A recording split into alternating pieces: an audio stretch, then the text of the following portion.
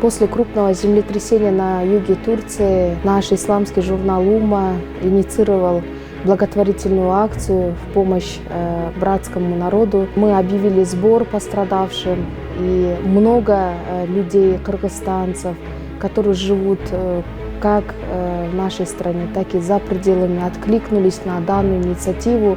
И буквально в течение суток мы смогли закупить 80 спальных зимних мешков, которые предназначены для суровых холодов и выдерживают минус 25 градусов мороза. Хотелось бы поблагодарить всех людей, независимо от социального положения, которые вносят непосильную свою лепту для данной акции.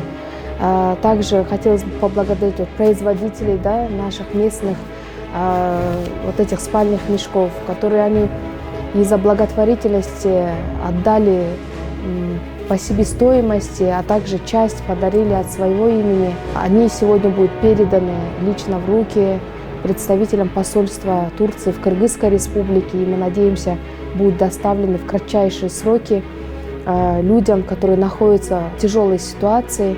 Это собранная помощь в течение одних суток, но помощь она еще идет, у нас сборы идут. Мы сегодня доставим первую партию нашей помощи. Мы братья. Где бы мы ни находились, если нуждаемся друг в друге, то как мусульмане, как братья должны помогать.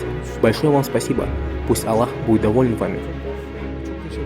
Вот это спальные мешки, которые выдерживают минус 25 градусов, которые идут на экспорт.